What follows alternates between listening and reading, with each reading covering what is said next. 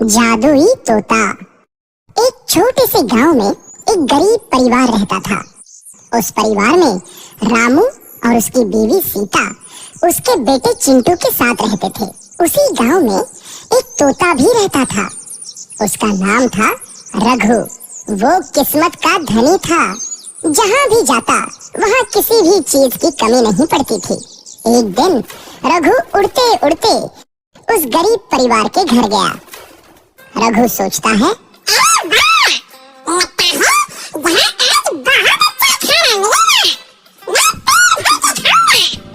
वो एक कटोरी में रखे अमरूद देखता है। अरे वाह, अमरूद! मुझे तो ये बहुत पसंद है। मैं तो इसे पेट भर के खाऊंगा। रघु तोता अमरूद खाने ही लगता है। तभी सीता रघु को अमरूद खाते देखती है तो गुस्सा हो जाती है और उसे वहां से भगा देती है।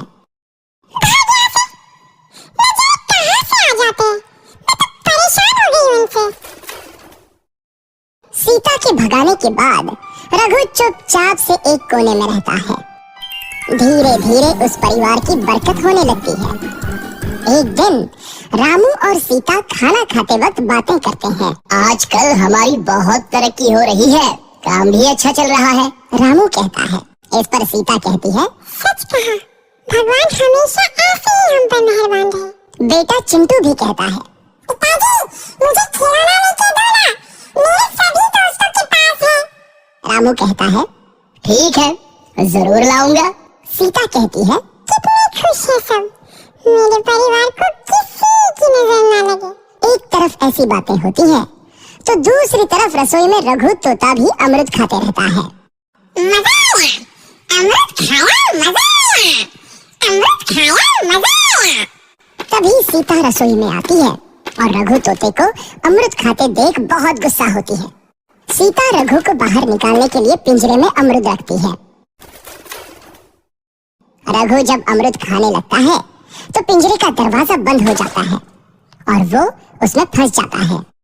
मुझे बाहर निकालो, मैं यहाँ फंस गया हूँ, मुझे बचाओ। अगले दिन सीता पिंजरा उठाकर बाहर दूर उस रघु को छोड़ देती है। रघु के जाते ही उनके घर आई बरकत धीरे धीरे कम हो जाती है।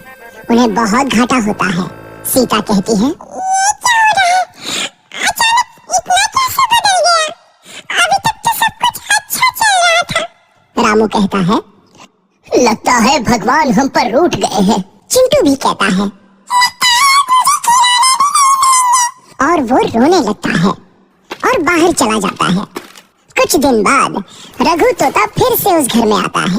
वापस आया, मैं वापस आया, अब मैं जम के अमरूद खाऊंगा। रघु सीधा रसोई घर में चला जाता है और अमरूद खाने लगता है। कुछ देर बाद सीता रसोई में आती है और रघु को देख कहती है, एक तो घर में पहले से इतनी दिक्कत चल रही है और ऊपर से ये तोता मुझे और परेशान कर रहा है। सीता रघु को वहां से भगा देती है।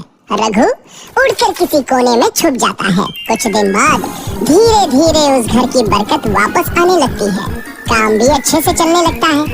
एक रात जब रघु तोता अमरूद खाने जाता है तो पिंजरे में फंस जाता है। ये लोग आखिर चाहते क्या हैं? तोते को शांति से अमरूद खाने क्यों नहीं देते? मैं कौन सा चोरी कर रहा हूँ?